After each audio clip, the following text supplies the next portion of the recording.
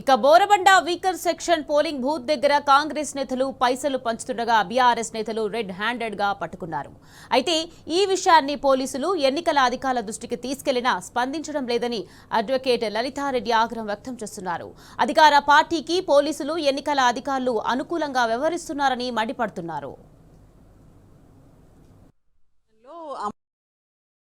Amount పంచుతున్నారని తెలిసింది. So మేము అంటే వెళ్తూ చూస్తూ ఉంటే అక్కడ వీకర్ సెక్షన్ లో when we started going in Borabanda డివిజన్కి వెళ్తుంటే వీకర్ సెక్షన్ నాట్కో స్కూల్ దగ్గర మొత్తం అమౌంట్ ఇలా డిస్ట్రిబ్యూషన్ జరుగుతుందని చెప్పారు. సో నేను ఇంకొక 3-4 కలిసి నడుచుకుంటూ వెళ్తుంటే ఒక లెఫ్ట్ సైడ్ లో సడన్ గా ఒక ఇంటి దగ్గర డబ్బులు పంచడం కనిపించింది. సో ఇమీడియట్ గా ఇద్దరు పర్సన్ ఇంకొకతను ఇద్దరు కలిసి వెళ్ళి పట్టుకున్నారు. అతని ఫోటో చూపించమ్మా. He's the person. ఇతను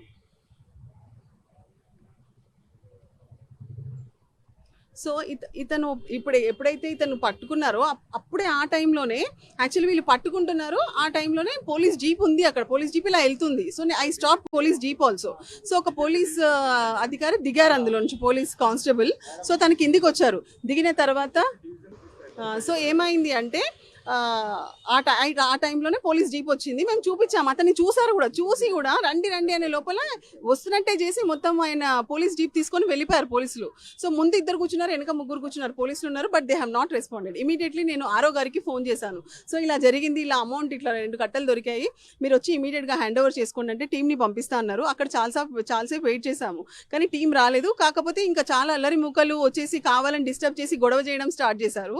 సో ఎప్పుడైతే ఇవి పట్టుకున్నాము, ఇవి తీసుకోండి అక్కడ పోలీసు వాళ్ళని కూడా అడిగాం, మీరు హ్యాండ్ ఓవర్ చేసుకోండి, మేము వెళ్ళిపోతామని. బట్ దే సెడ్ కి ఇక్కడ వద్దు, మీరు బోరబండ పిఎస్ లో వెళ్ళివ్వమని చెప్పారు. ఇట్ ఈస్ ఆల్మోస్ట్ దగ్గర 2 hours 1.5 hours or 2 hours అవుతుంది. వచ్చి కూర్చున్నాము. సో ఇప్పటి వరకు రెస్పాన్స్ లేదు. రాగానే పోలీసు వాళ్ళకి చెప్పాము, ఇలా ఉంది, మేము హ్యాండ్ ఓవర్ చేసి వెళ్తామంటే తీసుకోలేదు ఇప్పటి వరకు. So that is the thing. Police వాళ్ళు వస్తారు, ఆరో గారు వస్తారు, వచ్చాక వాళ్ళకి హ్యాండ్ ఓవర్ చేయండి, లేకపోతే ఆరో గారు టీంని పంపిస్తారు అంటారు. ఆరో గారికి ఫోన్ చేస్తేనేమో ఎవరో ఇంటెలిజెన్స్ ఆఫీసర్ది చెప్పారు, తనకి ఫోన్ చేస్తేనేమో తను పిఎస్లో ఇవ్వమంటారు. సో వీళ్ళకి చెప్తేనేమో వాళ్ళకి చెప్పమంటున్నారు, వాళ్ళకి చెప్తేనేమో ఏంటంటే ఒక మంచి పని చేసి సరే ఇట్లా అప్రజాస్వామికంగా ఏదైతే డబ్బులు పంచుతున్నారో ఇది నేరం.